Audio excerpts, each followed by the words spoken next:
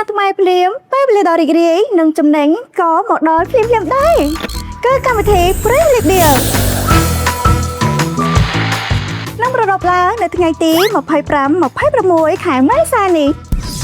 ជាពិសេសគឺទទួលបាន promotion ដ៏ចំណេញយ៉ាងច្រើនសន្ធឹកសន្ធាប់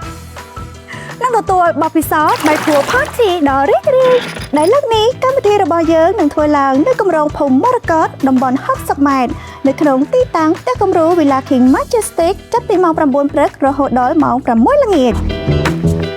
ចូលរួមដោយសេរីព្រមទាំងទស្សនាផ្ទះគំរូគ្រប់ប្រភេទនិងមានការផ្ដល់ជូនអាហារសម្រន់និងភេសជ្ជៈដ៏ឥតគិតថ្លៃចំការទៀតទទួលយកឱកាសចំណេញដ៏អស្ចារ្យប្រចាំសប្តាហ៍នេះ